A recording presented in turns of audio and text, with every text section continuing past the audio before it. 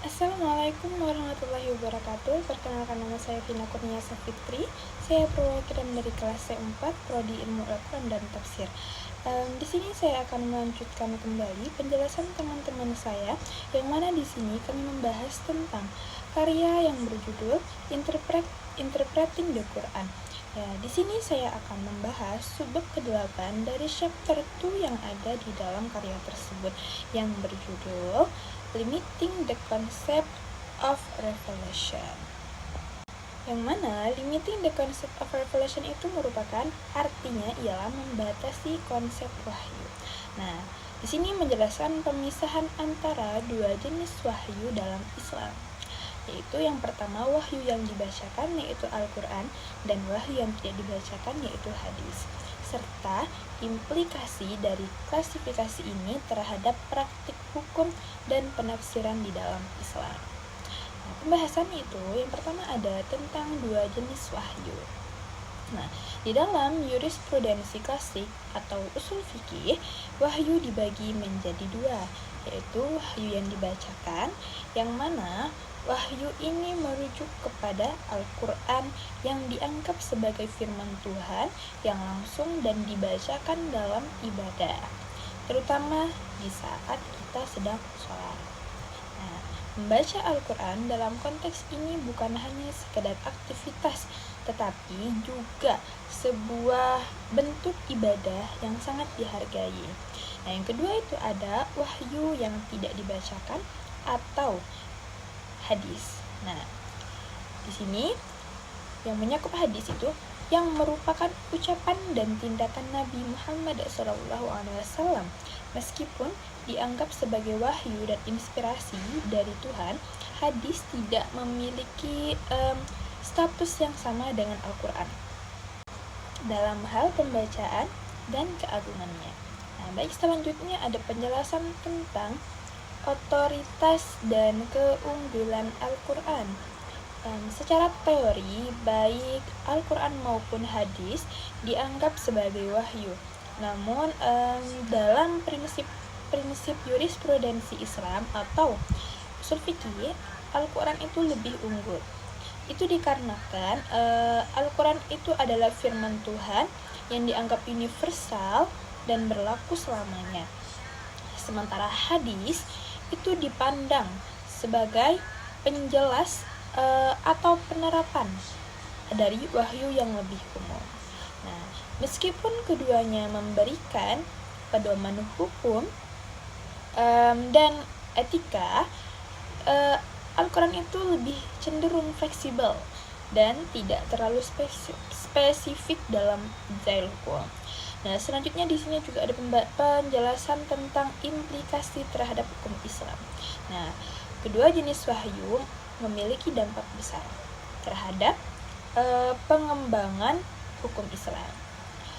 Dikarenakan hadis sering sekali berisi aturan yang lebih rinci, sehingga ada resiko bahwa umat Islam menjadi kurang fleksibel dalam mengadaptasi hukum sesuai dengan perubahan zaman dan konteks pada saat ini, yang dimana akan terjadi ketergantungan yang berlebihan pada hadis yang dapat mengakibatkan penafsiran menjadi kaku, yang membatasi pemikiran dan kreativitas ulama dalam menghadapi tantangan-tantangan di dunia modern pada saat ini.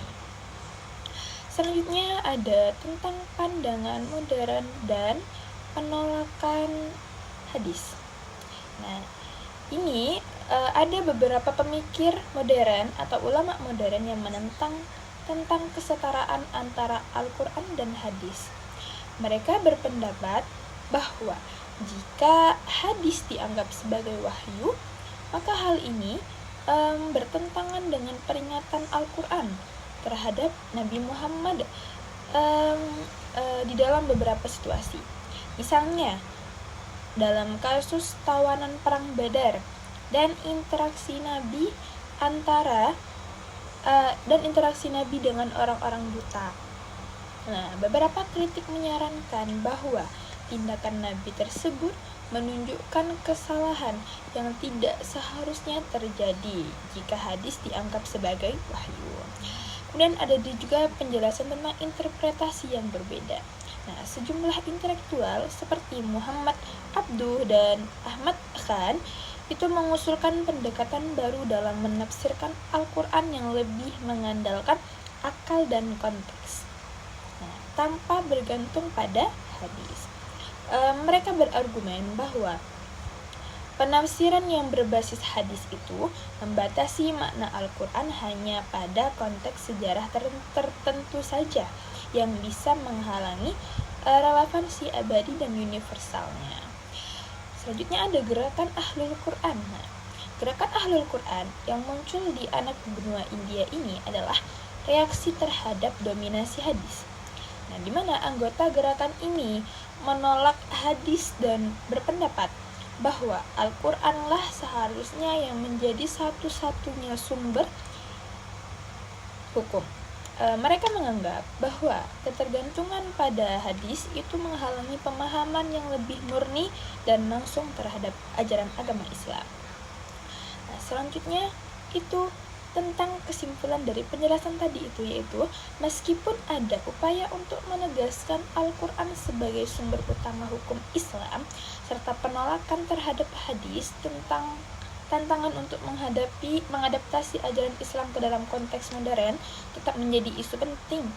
Pendekatan Ahlul Quran meskipun menarik, belum mencapai pengaruh yang luas dan seringkali dianggap kontroversial. Nah, dalam konteks ini, subbab ini menggambarkan dinamika kompleks antara tradisi dan modernitas dalam pemahaman wahyu dan hukum. Nah, selanjutnya di sini saya akan memberikan pendapat saya atau tanggapan saya mengenai penjelasan yang ada di subbab tadi yang sudah saya sebutkan tadi. Ada beberapa penjelasan. Nah, di sini saya akan memberikan tanggapan itu menurut saya sendiri. Ya.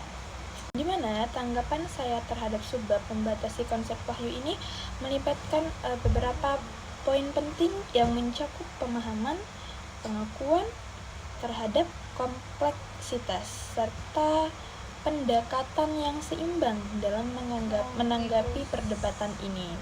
Nah, itu respon saya yang pertama itu pemahaman terhadap klasifikasi wahyu. Dimana itu pertama-tama kita itu penting untuk memahami perbedaan antara wahyu yang dibacakan yaitu Al-Quran dan wahyu yang tidak dibacakan yaitu hadis. Nah, Al-Quran sebagai wahyu utama itu memiliki posisi yang lebih tinggi dalam ibadah dan hukum, sedangkan hadis itu berfungsi sebagai penjelas dan penerapan dari ajaran yang terdapat dalam Al-Quran. Klasifikasi ini menyoroti peran sentral Al-Quran dalam tradisi Islam, tetapi juga membuka ruang untuk diskusi mengenai posisi hadis. Nah, selanjutnya itu menilai otoritas hadis. Walaupun hadis tidak dianggap setara dengan Al-Quran, namun tetap ada argumen kuat untuk mengakui pentingnya hadis dalam konteks hukum Islam. Nah, hadis memberikan rincian yang seringkali diperlukan untuk menerapkan prinsip-prinsip umum dari Al-Quran. Nah, oleh karena itu, penilaian terhadap hadis seharusnya tidak sepenuhnya menolak, melainkan menempatkannya dalam konteks yang sesuai dengan nilai-nilai dan kebutuhan zaman. Selanjutnya itu kita harus fleksibilitas hukum dan interpretasi. Ada fleksibilitas hukum dan interpretasi, yaitu salah satu isu yang muncul adalah kekakuan yang dapat ditimbulkan oleh ketergantungan yang berlebihan pada hadis dalam penafsiran hukum. Nah, pendekatan yang lebih fleksibel dan terbuka terhadap penafsiran ini dapat membantu mengatasi tantangan modern dalam hal ini mengembangkan metodologi yang mempertimbangkan konteks sosial dan budaya saat ini sangat penting untuk menjaga relevansi ajaran agama Islam. Kemudian selanjutnya, pentingnya dialog dan refleksi. Perdebatan antara ahli hadis dan ahli Al-Quran itu menggambarkan kebutuhan untuk dialog yang konstruktif dalam masyarakat Muslim. Meskipun ada pandangan ekstrim di kedua belah pihak, dialog ini bisa menjadi kesempatan untuk mengeksplorasi cara-cara baru dalam memahami wahyu, hukum, dan etika dalam konteks yang lebih luas, memfasilitasi diskusi antara berbagai pandangan, bisa memperkaya pemahaman yang kolektif. Kemudian selanjutnya, kita harus menghargai tradisi dan inovasi. Nah, meskipun penting untuk menghargai dan mempertahankan tradisi Islam, inovasi dalam pemikiran juga diperlukan untuk menghadapi tantangan zaman modern. Nah, penekanan pada akal dan pemahaman konteks tekstual seperti yang diusulkan oleh pemikir seperti Muhammad Abduh. Nah, itu bisa menjadi jembatan antara tradisi dan perubahan. Nah, kemudian selanjutnya itu harus ada kesadaran akan beragam pendapat. Nah, kita harus mengakui bahwa ada beragam pendapat di dalam Islam tentang wahyu dan penafsirannya adalah langkah yang penting. Masyarakat Muslim harus memiliki kesadaran bahwa tidak ada satu kebenaran yang absolut, melainkan sebuah pemikiran yang mencerminkan keberagaman pengalaman dan kebutuhan umat. Nah, jadi kesimpulan dari respon saya ialah secara keseluruhan respon saya terhadap sebab ini itu harus mencakup pengakuan akan kompleksitas wahyu dalam Islam, menghargai peran Al-Quran dan hadis, serta mendorong dialog terbuka dan refleksi kritis. Nah, pendekatan yang seimbang akan membantu umat Islam untuk terus menemukan relevansi ajaran mereka di tengah perubahan sosial dan budaya yang cepat. Nah, kurang lebih seperti itulah pemahaman saya. Jika banyak terdapat kesalahan, saya mohon maaf yang sebenar-benarnya. Lebih dan kurangnya, sekian saya akhiri. Terima kasih. Assalamualaikum warahmatullahi wabarakatuh.